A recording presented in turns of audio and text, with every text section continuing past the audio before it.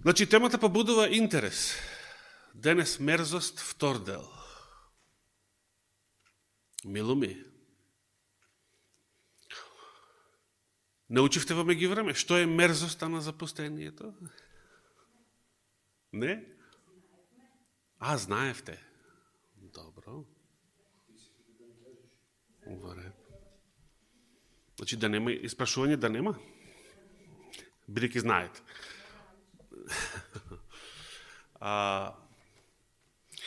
Ја сепак сакам на почеток да започнам со еден библиски квиз, ама само едно прашање.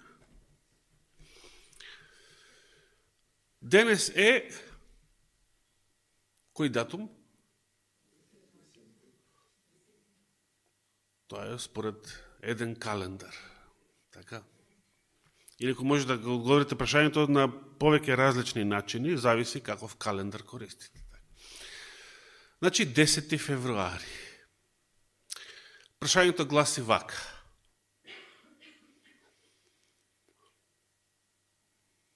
Ке го замолам брат Борче да молчи. Брат Борче не смее да одговори. 10 февруари, пошто е познат во пророчката историја од Светото писмо? Дали на некој му текнува? 10 февруари.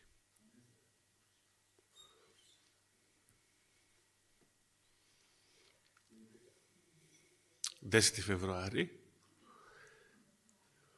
Како? На кое време мислиш? На 10 февруари, сега ќе кажам годината, сите ќе знаете. Така. На 10 февруари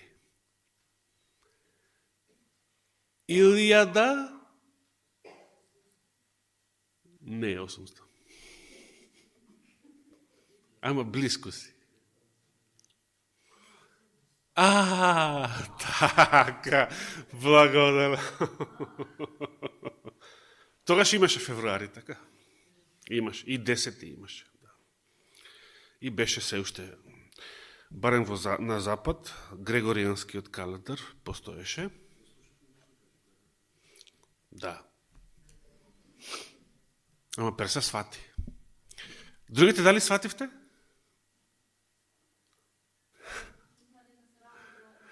Значи, 10 февруари 1798 година, точно, се случи што? Да, францускиот генерал од Наполеоновата војска Бертие со својата војска влезе, вмаршира во Рим, го зароби папата кој? Пио VI, точно, и го одведе во робство, каде што заробеништво, значи, како воен заробеник, каде што следната година, 1799 умрел. Тогаш се исполнила она рана од Откровението, наречена смртна рана, на првиот звер во Откровението 13 глава, но за неа, што е проречено во Откровението 13 глава, за таа смртна рана, ќе се залечи, односно, ќе биде излечена. Да прашам кога била излечена? Ајде, да оставиме и за друг пат. Квиз. Од минатиот век. Да. 1929, така да не точно. Не, датумот беше заради совпаѓање со денешниот датум, а не е битен. Така. Добро, благодарам. Значи, повторно Перса ќе добие награда. Па сега, не кажувај. Преминуваме на темата.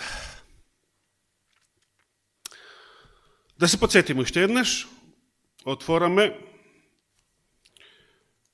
прво во Господовите зборови, Евангелие според Матеј, која глава? 24 глава, кој стих? 15 стих, точно. Каде што Господ го спомена овој специјален знак. Во овој превод вели гнасниот пустошник,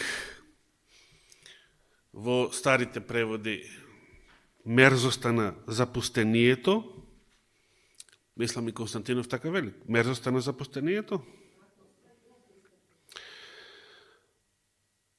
Па така, штом ја видите мерзоста на запустувањето или овде гнасниот пустошник во ревидираниот превод, како стои каде? На светото место. За кое или за која мерзост, зависи, мерзост, зборува пророкот Даниел, кој чита, нека разбере. Потрошивме повеќе време минатата сабота за тоа што ако не разбираме, што правил и самиот пророк Даниел кога не разбирал, се молил за да разбере. Дали било бадиела молењето? Што друго правил во молитвата? Што кажувал во молитвата? Меѓу другото. Ви текнува? Даниел 9 глава. Што кажува во молитвата? Ги исповедал гревовите на својот народ. Значи се застапувал за својот народ. И сега, и прашањето што го погоди Рај на минатите сабота. Што требало да направат христијаните кои ќе го видат овој знак? Да избегаат од Јудеја, од Ерусалим се значи цела Јудеја, по планините, кој е на покрив да не слегува да земе нешто од куќата своја, кој е на нива да не се враќа дома за да ги земе алиштата своји и така натаму. И да не го заборавиме и она во 20 стих, молете се вашето бегање да не биде зиме или во сабота. Сега, прашањето што се поставува е, дали ова пророштво, само од 15 до 20 стих, се однесувало на првите христијани, значи, христијаните од првиот век, по-конкретно еврејските христијани од Јудеја, од Ерусалим, дали само за нив, или овој поим мерзост на запустението од книгата на пророкот Даниел има врска и со нас во последното време. Тоа е прашањето што сакаме да го одговориме. Дали е ова релевантно за нас? Дали се однесувало само на првите христијани? Или постои и за последната генерација христијани денес, постои некој знак што треба да го видиме, мерзост на запустението, како стои на свето место, и штом ќе го видиме, да бегаме. Па сега, од каде да бегаме? Зошто да бегаме? Каде да бегаме? Прашање за размислување. За да одговориме на овие прашања, како и на самото главно прашање, што представува мерзоста на запустението и зошто така се вика,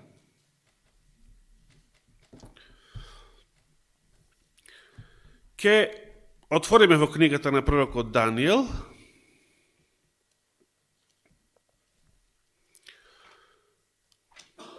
Каде ќе отвориме? 12 глава. Добро. 10 глава. На трето место се споменува мерзоста. 8. Од кај да почнеме? Ајде да почнеме од 8 глава, бидејќи 8-та е пред 9-та, значи уште пред молитвата. Да, тука во 11-тиот стих се споменува еден израз кој што не е баш тој, мерзоста на запустението, туку се споменува еден друг израз,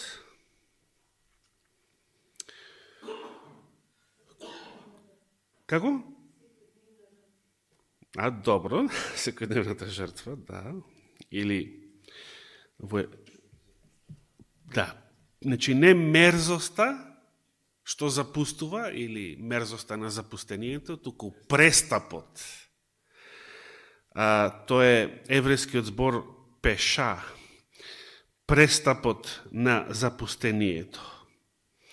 Но, во ред, има и тој врска со нашата тема, но ние го бараме еврејскиот израз шикуц шомем,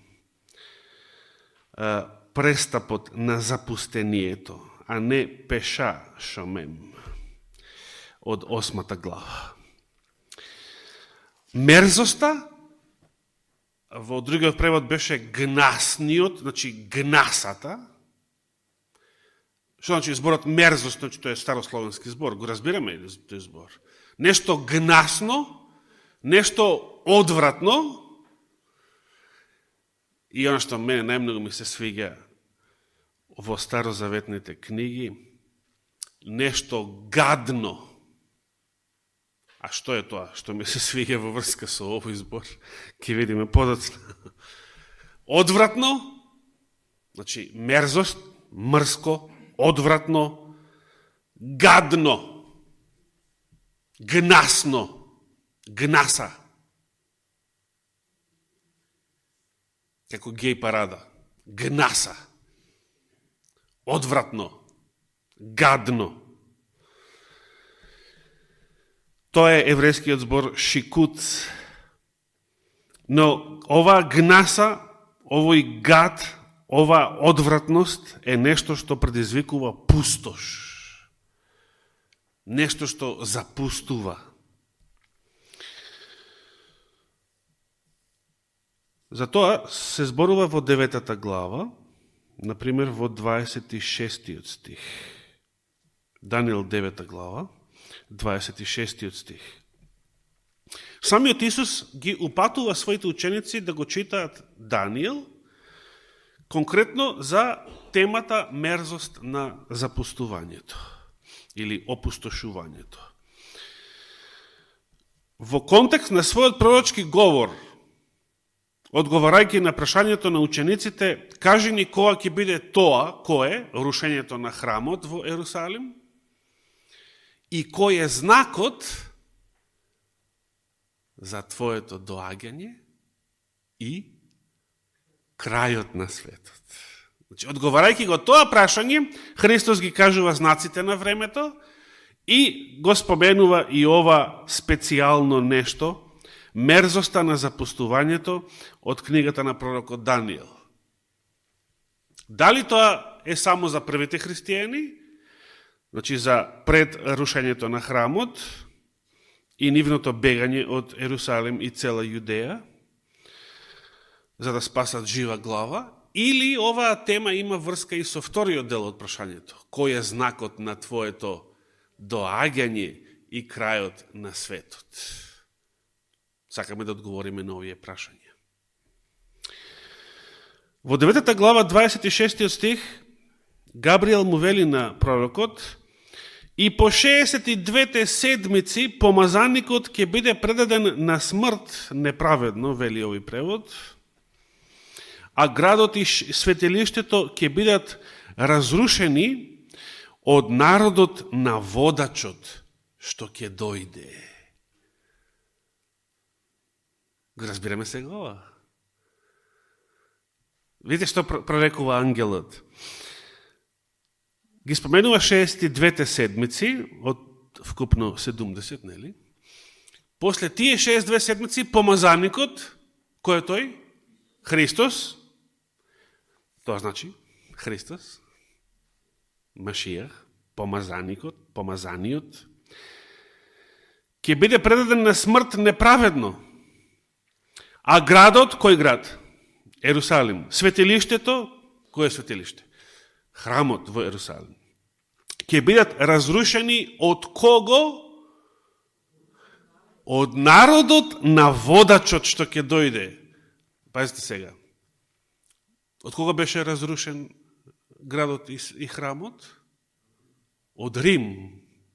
Значи, водачот што ќе дојде, антихристот, има врска со Рим. Има врска? Според пророштото до сега, не. Дебела врска. Добро. Вред. Не знам дали знаат, но и Такер Карлсон и Владимир Путин, ако читаат Даниел, ќе знаат многу повеќе.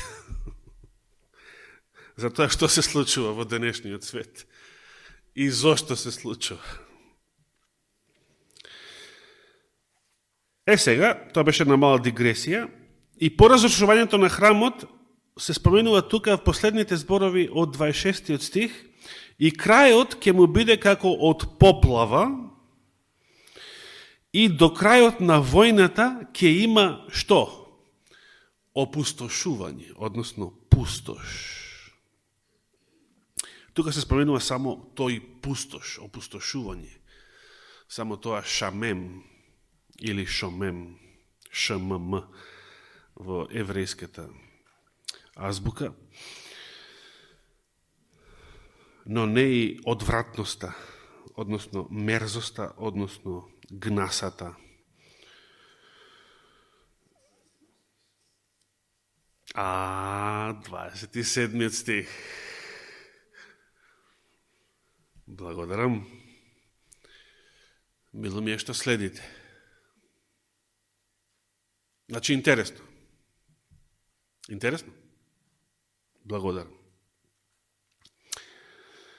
И во една седмица ќе склопи завет со мнозина, а во половината на седмицата ќе престанат жртвата и приносот. Не се занимаваме сега со бројките, со овој дел од пророштвото. Но вториот дел од 27 стих. А на врвот од светилиштето, така вели тука, ќе биде поставен што? Или поставена мерзоста на запустението, или овде вели гнасниот пустошник. Грозноста. Значи тоа имаме нова именка. Мерзост, гнаса, одвратност, грозност. Гадно. Се сеќавам, бевме во едно кумановско село со брат Миле Павлович на колпортажа и ни понудија, таму, знаете, куќите беа, значи, немаше под, немаше паркет, немаше ништо, земја, како во штала. И, пример, едно колешино протестантско село, 2 века понапред. И домакините, стари луѓе, ни понудија риба да јадеме. И јас и Милен не сакавме. Не сакавме од вегетаријански причини, тогаш. Но поставивме лош печаток, бидејќи требаше да јадеме, бидејќи бабата, жената рече, не знаеше да сватиш зошто не сакаме да јадеме. И на крај, грозат се грозат. И оставивме лош пешаток дека демек ни е одвратно да го јадеме јадењето на селскиве домакини, што не беше до тоа, не беше точно. Грозно, гадно, одвратно, гнасно. Но Библијата не се мисли на јадење. Кога го кажува ова? На што мисли?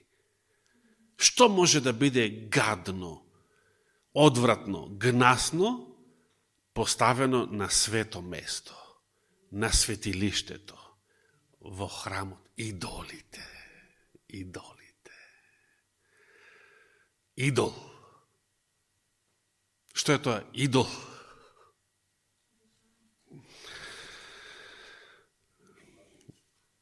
Лажен Бог. Ги споменавте боговите малку за време поуката и потоа.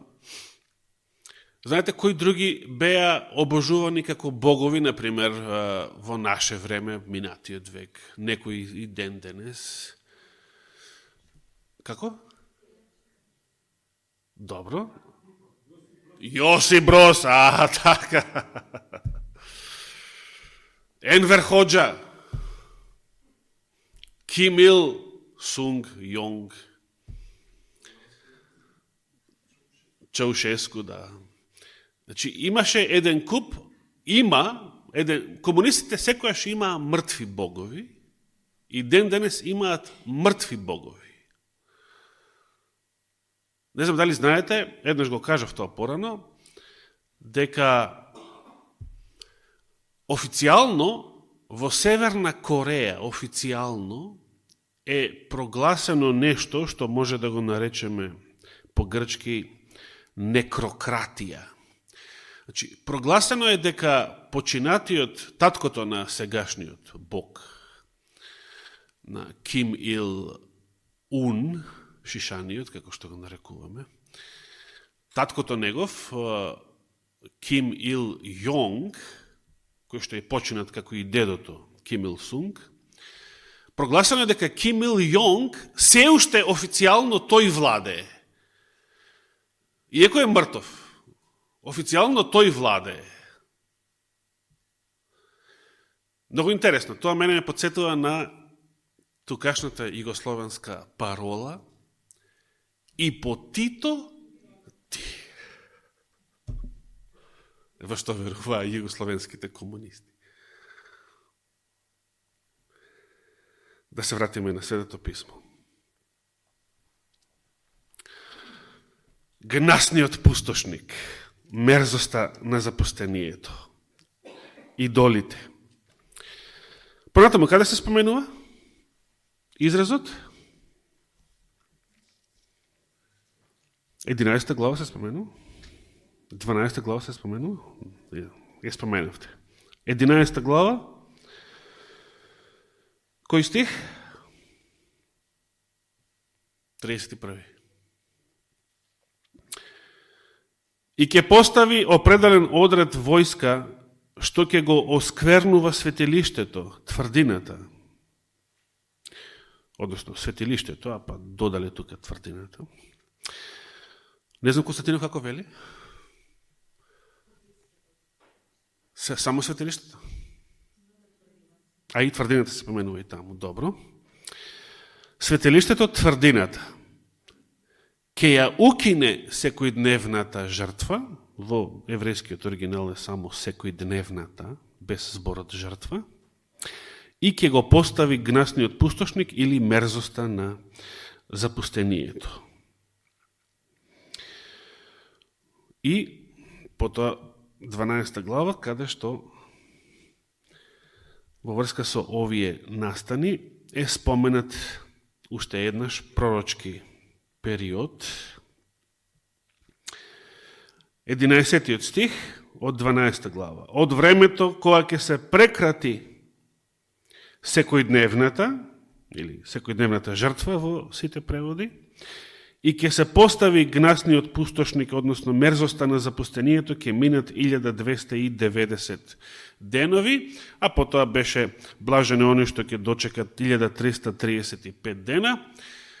Па нашиот пријател Пане Јанев ги пресмета од 705 како години, 1335, до која година беше?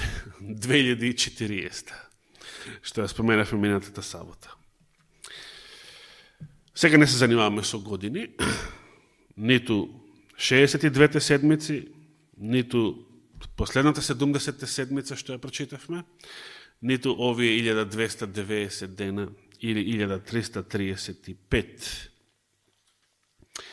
Но на овие места се споменува Шикуц Шомем, мерзоста на запустението, и малку ни се додава деталј во 11 и 12 глава, дека мерзоста е нешто што ќе биде поставено на свето место, во светилиште се вели тука, тврдина, значи многу материјално, конкретна зграда, објект, светињата, храмот, светилиштето, но откако ќе биде укината секојдневната. Така се поставува. Ни се кажува. Ќе биде укината секојдневната и тогаш ќе биде поставена мерзоста на запустението. Продолжуваме во нашето проучување од Стариот Завет, каде го среќаваме истиот збор, шикуц, истата именка, што означува мерзост, гнаса. Да, бидејќи во Даниел, Исус не упати на Даниел, така? Даниел го споменува тој израз, шикуц шомем, мерзоста на запустението. И сега, каде во еврејската Библија, значи во Стариот Завет, на други места можеме да го сретнеме истиот збор, за да разбереме од таму што значи ова мерзост на запустението. Така? Каде можеме да го најдеме? Ке отвориме Второзаконие. Која е таа книга? Петта книга Мојсеева. Второзаконие. Петта книга Мојсеева, 29 глава, 17 стих. Или повторени закони, 29 глава, 17 стих. Што читаме тука?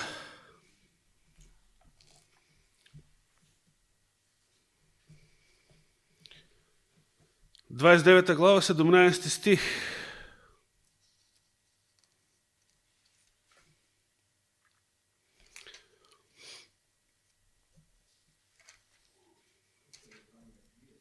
Тука имаме 2.30, знам.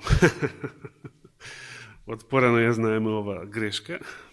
Во ревидираниот превод има 2.30 глави.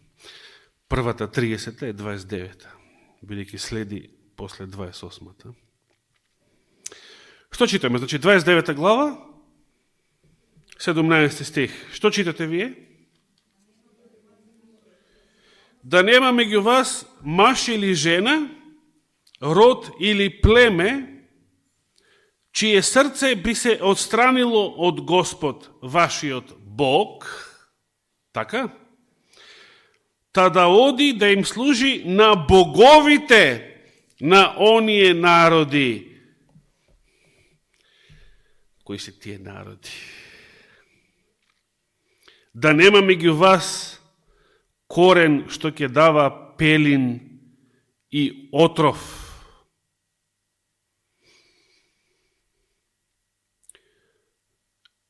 Тоа ни го кажува само 17 стих. Значи тука има грешка. Добро, мило ми е што не спиете. Стана се рано, а? А што вели претходниот? Ајде, почнеме од каде сега? Господ вели, овдека е 15 стих, зашто вие знаете како живеевме во египетската земја, значи Мојсе сега ги раскажува Господовите зборови. Добро. И како одевме сред народите низ кои минавте. Значи останатите пагански народи, да. И што? И ги видовте, а одвратностите, Константинов како вели? Расипаноста. Овде се вели одвратноста. Гнасотиите може да преведеме. Мерзостите нивни и идолите нивни, дрвени и камени, сребрени и златни, што се кај нив. Значи, според Мојсей, што е мерзоста? Идол, паганските идоли, боговите. Добро, сега тука сретавме само идоли, како именка. Одвратностите нивни, што рече псалмистот, зашто 97-ниот псалм, мијатата сабота. Боговите на другите народи се идоли. Се сеќавате на тој стих. Паганските богови се идоли. Наречени се гадови. И тоа е оно што посебно ми се допаѓа на многу места во Стариот Завет. Велзевул, гадот акаронски. Молох, гадот моавски. Гадот амонски. Зошто гадови? Господ ги нарекува гадови. Гад. Гнаса. Бидејќи тоа се. Тоа се. Гадови и гнаси. И сите денешни идоли на кои што луѓето им се клањаат, не се ништо друго, туку гадови и гнаси. Гадови и гнаси. И обожувањето на тие идоли е секогаш поврзано со нешто гадно, расипано, неморално и гнасно. Идолопоклонството е секогаш поврзано со престап на други Божји заповеди. Секогаш нешто гнасно. Да прочитаме и други текстови. Втора книга Царевите 23-24. Втора книга Царевите, 23 глава, 24 стих, што читаме тука. 23-24, да.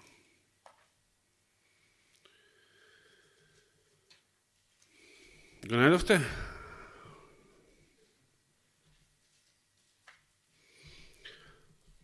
Зашто станува тука збор? Владењето на царот Јосија или Јошија по еврејски. Би сакал да почнем да читаме од 22 стих. Зашто таква Пасха не беше празнувана од дните на судиите. Замислете, од времето на судиите, а судиите се наречени богови, во друг смисъл. Од времето на судиите до времето на Јосија не се празнувало Пасха во Израел. Колку бил голем отпадот и идолопоклонството. Од времето на судиите не се празнувало Пасха во Израел. До времето на Јосија, чудно, што од времето на Саул, Давид, Соломон не се празнувала Пасха. Многу чудно. Од времето од дните на судиите кои му судеа на Израел и во сите дни на израелските цареви и на јудејските цареви. Не се вели дека немало празнување Пасха, туку немало таква Пасха. Не била прославена, како во времето на реформите што ги спровел царот Јосија. И 23 стих, а таа Пасха на Господ или Пасха Господова беше празнувана во Јерусалим во 18-та година на царот Јошија. И сега 24-тиот, нашиот стих, Јошија исто така ги истреби и кого? Повикувачите на мртви. Како се викаат тие денес?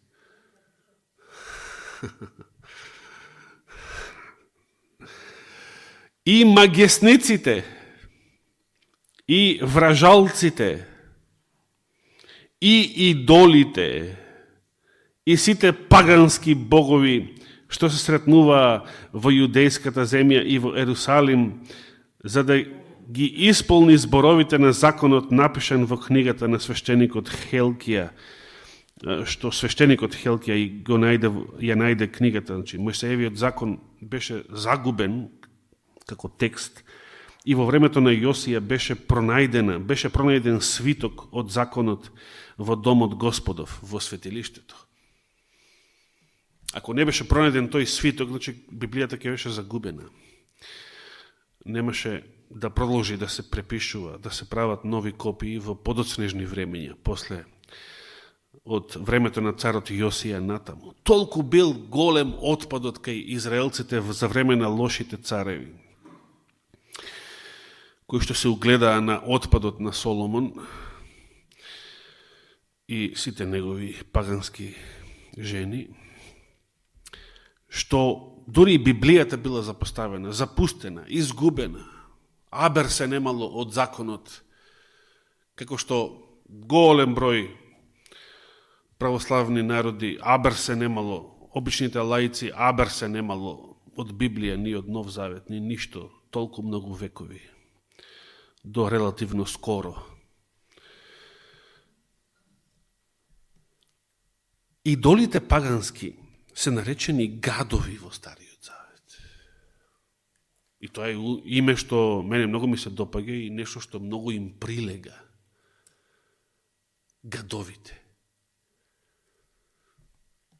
Или пострумечки, гадовете. Така ли?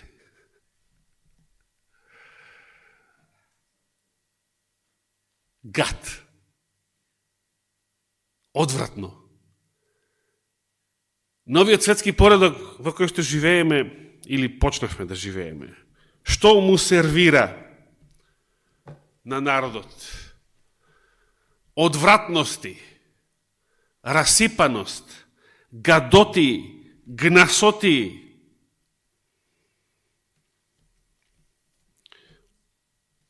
Да, блудство, содоманија и така натаму.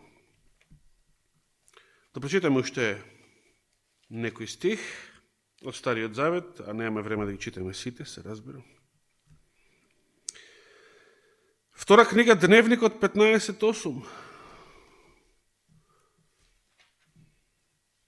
Втора Дневникот или Летописи, 15 глава, 8 стих, што наоѓаме таму,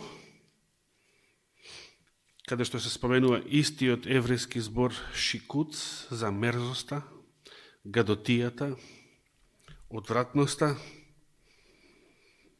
Втора Летописи или Втора Дневникот 15:8. Го најдовте? Што вели таму? Викни.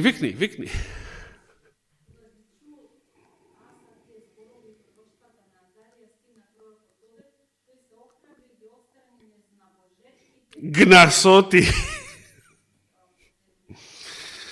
Кога ги чул Аса тие зборови и пророштвата на Азарија, син на пророкот Одед, тој се охрабри и ги отстрани незнабожечките гнасотии од целата земја јудејска и Венијаминова и од градовите на Ефремовата гора, што ги беше презел, го обнови и жртвеникот Господов, што беше пред Господовиот трем.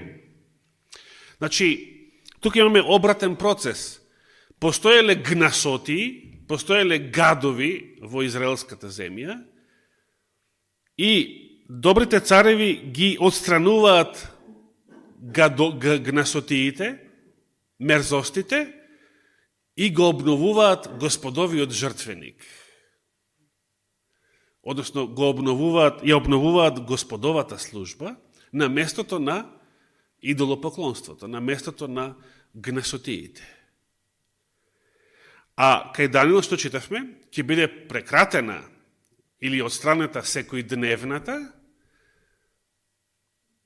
а на нејзино место поставена мерзоста што запустува. Значи, обратен процес. Нешто Божјо, Господово, ќе биде прекинето, забрането, отстрането и на тоа место нешто идолско, нешто паганско поставено на тоа место. Затоа што кој напиша, не идат заедно Господовиот храм и идолите. Не идат заедно. Божјата служба и идолопоклонството не идат заедно. Нема компромис. Не може да има компромис помеѓу нив. Што заедничко има Христос и Велијар, прашува апостол Павле. Што заедничко има светлината со темнината. Каде беа тие зборови, се сеќавате? И потоа повикува Господ, затоа излезете. Излезете. Од Вавилон треба да се излезе. А што е Вавилон во Откровението? Таму го наоѓаме зборот мерзост, нели? Каде го наоѓаме? Каде го видовме тој збор? Откровение 17 глава. Да се префрлиме малку за миг. Откровение 17 глава. Што читаме? А жената беше облечена во пурпур и скерлет и накитена со злато, со драгоцени камења и бисери. Во раката своја држаше златна чаша, полна со гнасотија и нечистотија од блудството неизино. И 5 стих, а на челото й беше напишано името Тајна, големиот Вавилон, мајка на блудниците и на земните гнасоти. И затоа Господ повикува, излезете од неа, народе мој. Одвојте се од неа. Зашто? 18 глава, 4 стих. За да не соучествувате во гревовите неизини и да не ги добиете казните неизини.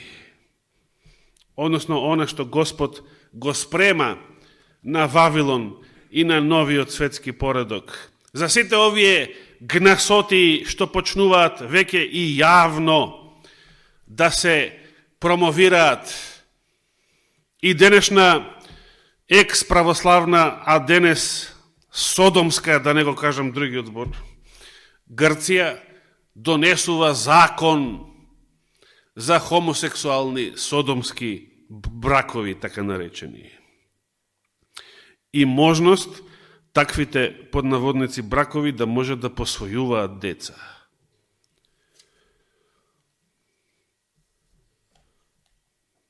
И тоа го донесува кобајаги десната влада. Не левите идиоти. Десната кобајаги конзервативната. Исто ги обрине се и едните и другите, се разбира. Имаат исти газди, исти шефови, исти наредбодавци за тоа што и како треба да се прави.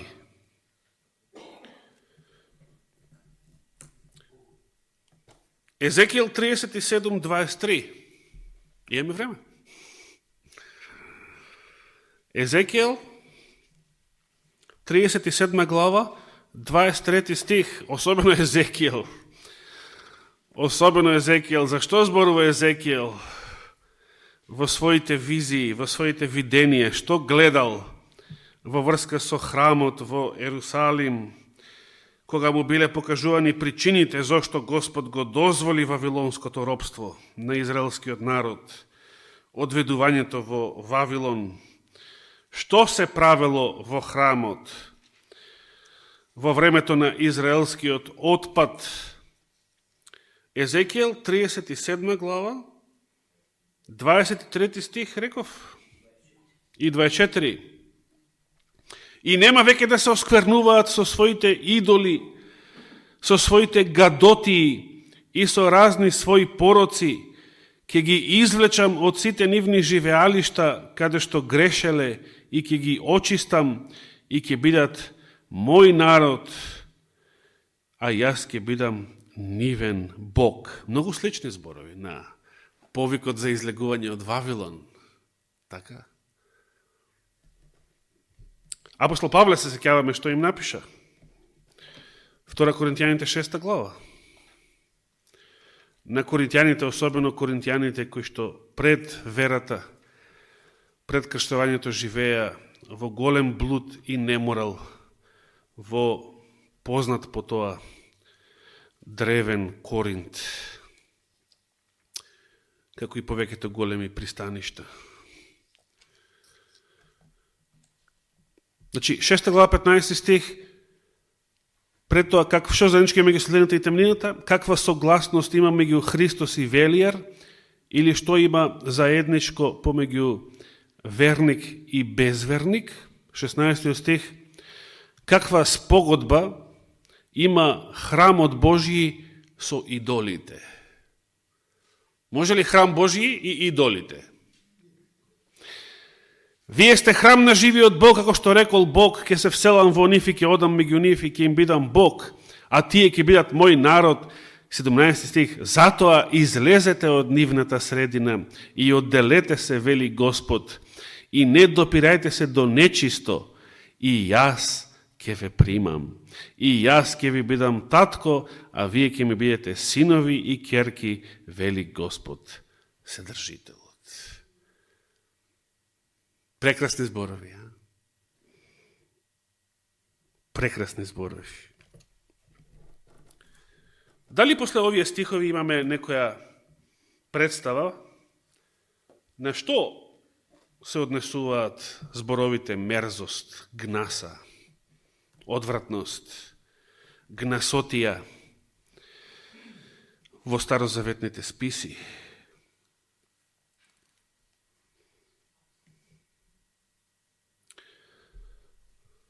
Ке треба да се позанимаваме и со вториот збор, опустошување. Каква врска има мерзоста, за која што прочитавме само некои примери од Стариот Завет, далеку од тоа сите да ги прочитавме. Каква врска има мерзоста и зошто е поврзана со опустошување? Да. Каква врска има мерзоста со војска, која што опустошува? Имаме такви примери и такви врски во Стариот Завет, имаме на повеќе места, но ако даде Господ живот и здравие, со тоа ќе продолжиме следната сабота, ако сме живи и здрави, на третиот дел. Мерзост, трети дел, следната сабота, да бидеме живи и здрави.